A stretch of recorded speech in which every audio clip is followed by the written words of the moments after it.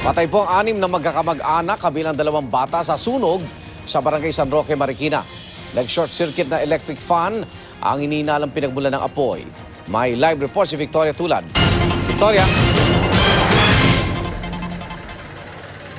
Igan, bagaman mabilis na naapula ang apoy o sunog dito sa Barangay San Roque sa Marikina, ay hindi na nga nakalabas ng buhay ang 6 na miyembro ng pamilya. Bandang alas 2:30 na madaling araw, nang itaas sa first alarm ang sunog sa bahay na inuupahan ng pamilya Gatchalian, San Juan at Alvarado. Agad naman daw nakaresponde ang mga bumbero at sa loob lamang ng 8 minuto ay under control na ang sunog. Nagdeklara naman ng fire out ng 3:09 a.m. Sa kasamaang palad, hindi nakalabas ang 6 na nakatira sa bahay. Sina Gabriela Gatchalian, 81 taong gulang, ang kanyang apo na sina Justin at Brian San Juan, ang asawa ni Justin na si Alan Alvarado at mga anak nila na sina Samantha at Savannah Alvarado, 1 at 4 na taong gulang.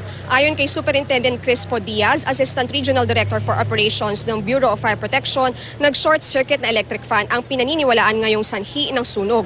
Agad daw kumalat ang apoy dahil maraming combustible material sa loob ng bahay. Na-suffocate na raw ang pamilya kaya hindi na sila nakalabas. Pinaka nasunog ang katawan ng 4 na taong gulang na natagpuan sa hagdan. Posibleng bumaba raw ang bata ng magising. Sunog din ang katawan ng lola na si Gatchalian na nasa unang palapag. Natagpuan naman ang bangkay ng mag-asawa sa loob ng banyo sa ikalawang palapag. Nasa second floor din ang bangkay ng 1 taong gulang at ng nagngangalang Brian. Ayon kay Diaz, tinatayang 50,000 pesos ang halaga ng nasirang structural material. Iba pa raw ang halaga ng nasunog na personal na gamit.